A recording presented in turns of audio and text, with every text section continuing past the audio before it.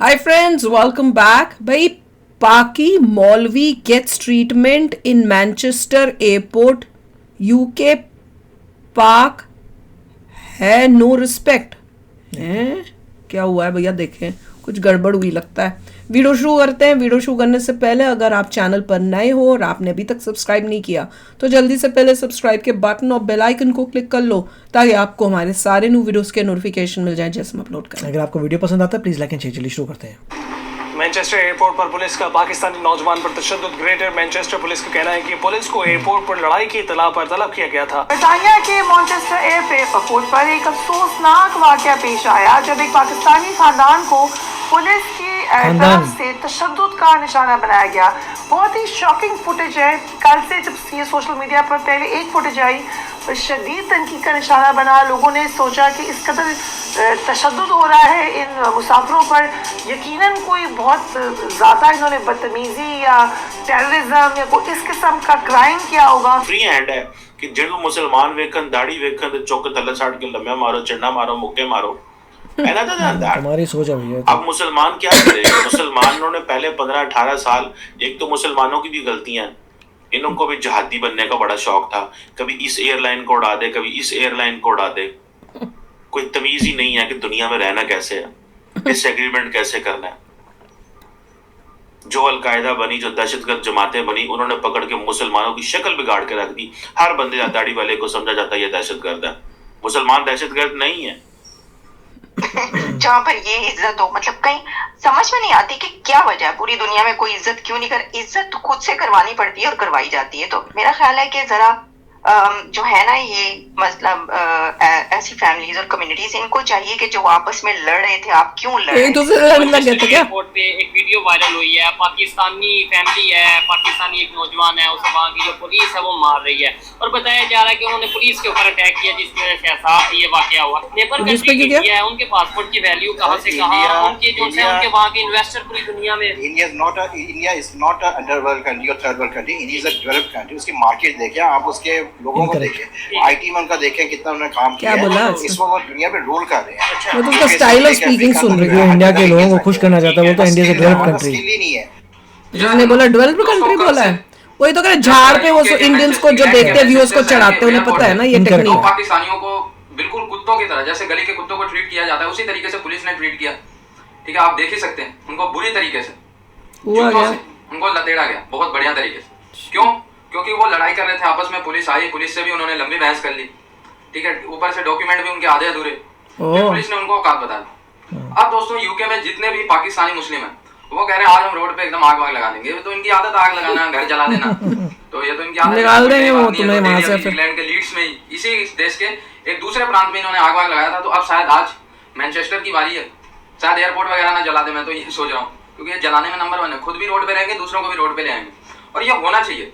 At least England को इस बात की सजा तो मिलनी चाहिए कि उन्होंने पाकिस्तानियों को जगह क्यों दी अपने देश में। अब तो पाकिस्तान, मुझे नहीं लगता मैनचेस्टर को छोड़ने वाले हैं पाकिस्तानी।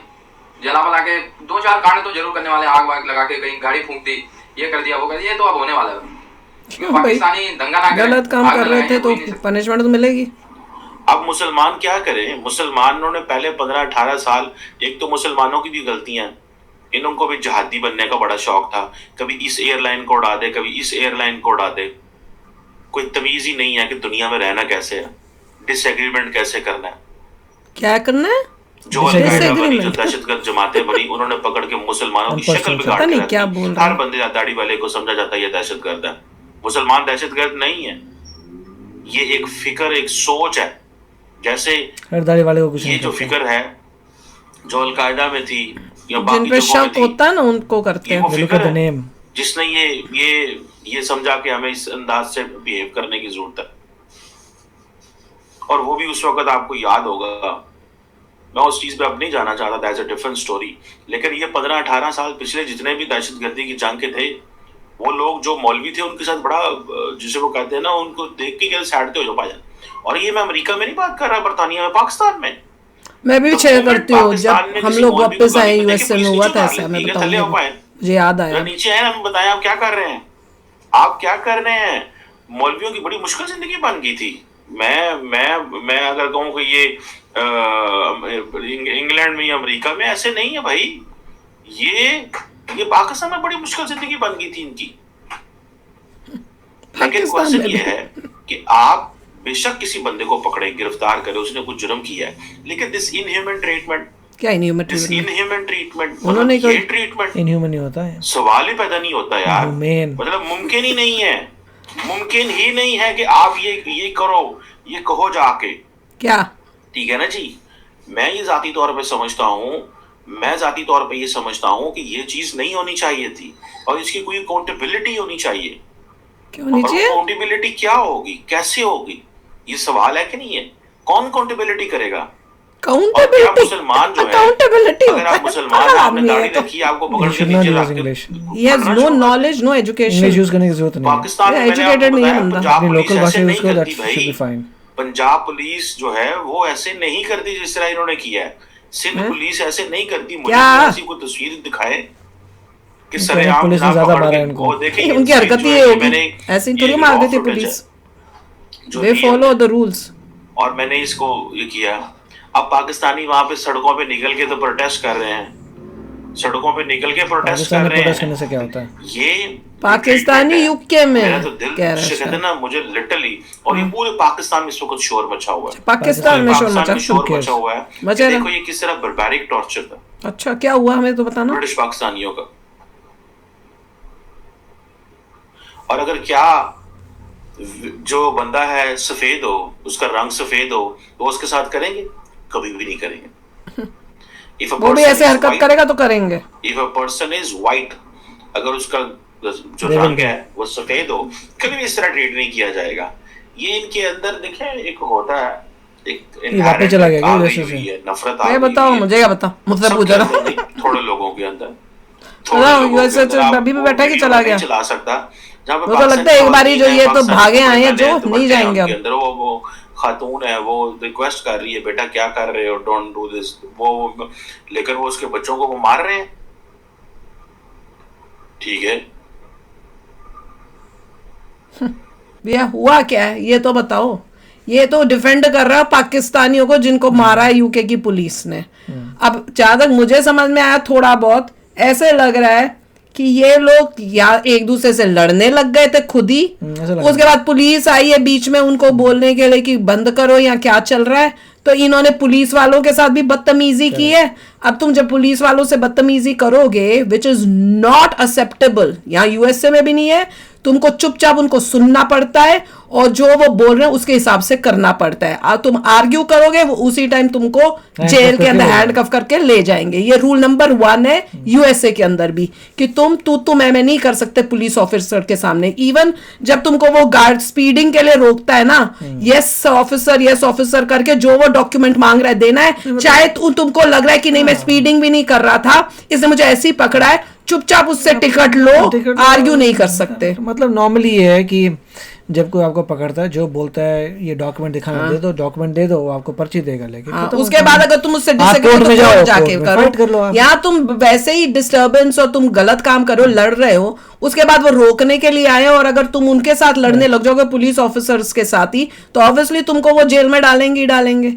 अब तुमने और भी कोई बदतमीजी की होगी, अब ये खड़े होके बोल रहे हैं कि नहीं उनके साथ जुल्म हो रहा है। अरे काम गलत करोगे तो क्या होगा। अच्छा मैं स्टोरी सुनाती हूँ अब, कि देखो क्योंकि वर्ल्ड में इस कम्युनिटी में कि कितने लोगों ने इतने गलत काम कर दिए हैं कि हर कंट्री अब जो है वो घबराई हुई है, तो वो अपनी सेफ्टी के लिए एक्स्ट्रा प्रिकॉशंस करती है। अब जब हम लोग वापस आ रहे थे यूएसए में, तो हमारे साथ 2 लेडीज थी और उसमें से एक लेडी ने पूरा मतलब मॉडर्न बनी हुई थी, वो ब्लू कलर का जनरली जो वो पहनते हैं, क्या बोलते हैं उनको, बुर्का टाइप। बुर्का तो ब्लैक होता है, वो प्रॉपर उस टाइप का होता है, वो कोई और ही मॉडर्न तरीके का था और बड़ी स्टाइलिश, गॉगल्स पहनी हुई, लिपस्टिक, पूरा मेकअप टिपचम टॉप, मतलब ब्रांडेड ऐसे लग रही थी पहनी हुई।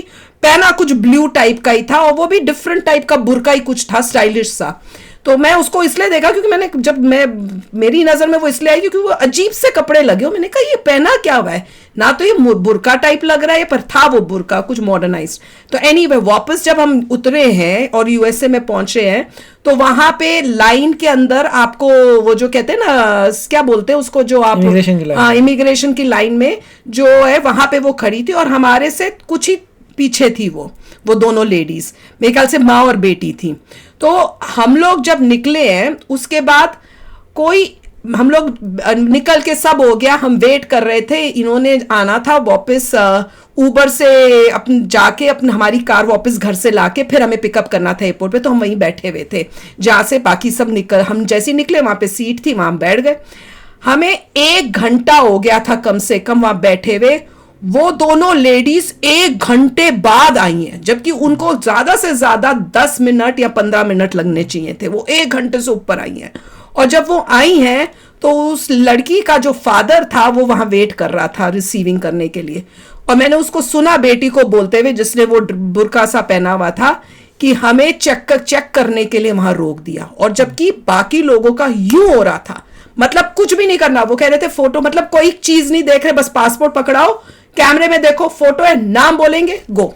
देखिए अब तो यूएस में जब हम आए हैं तो काफी चेंजेस आ गए इन द सेंस की फेशियल रिकग्निशन है, पासपोर्ट भी नहीं देख रहे। हाँ, कुछ भी नहीं देखा। आप वापस आ रहे हैं, वो सीधा कैमरे में देखिए, डन डन डन। उसने हमें यूं कर दिया, यूं उसने कैमरे में देखा, नाम बोला, ओके, कैमरे देखा, नाम बोला हमारा, उसने बस ऐसा हुआ कैमरे में, क्वेश्चंस नहीं पूछे। अब इंडिया से तुम सामान क्या ला रहे हो, क्या चीजें ला रहे हो, कुछ भी नहीं पूछा था। हम इतने अमेज्ड, हमने कहा इतना अच्छा। उसने बस ये बोला, कैमरे में देखिए, नाम बोला मेरा, कैमरे में देखते नाम बोला, पासपोर्ट भी मैंने नहीं दिया था, कहता है डन। नहीं, हमने रखा था पर उसने लिया ही नहीं, उसको हमें नाम ही पकड़ा वहां पे रख दिया। बोला डन, दूसरे डन। और वो लेडी जिसको हमसे 10 मिनट में आ जाना चाहिए था, उसको 1 घंटे से ऊपर हुआ था। देखिए इतना हल्के में नहीं ले सकते। उनके फेशियल रिकग्निशन में कोई पॉइंटर्स हुआ होगा, कुछ रिमार्क्स आए होंगे, कुछ हुआ होगा, क्योंकि वो जिस हिसाब से कर रहे थे। और ये जैसे मतलब इतना नहीं है से बात कर रहे हैं कि गोरा करेंगे, हम गोरे तो है नहीं, तो ऐसा नहीं कह सकते। ऐसा नहीं, जहाँ पे उनको शक होता है, जो उनका इंटेल है जो है उसके हिसाब से दे आर डूइंग इट। और अब खासकर अगर आप पूरा वो उस टाइप से आओगे तो उनको शक होगा कि कहीं ये मतलब अगर इतने भी उस टाइप से इंटेल है, it is not about that, जो इंटेल है उसके हिसाब से। पर मैंने देख के मैं काफी मेरे को लगा भी, मैंने कहा ये इतनी लेट क्यों आ रहे हो। जब उसने बोला अपने फादर को तब मेरे समझ गई थी कि भैया, क्योंकि किसी और को चेक हुआ ही नहीं रहे, तो यूं ही हो तो हम सब जा रहे थे।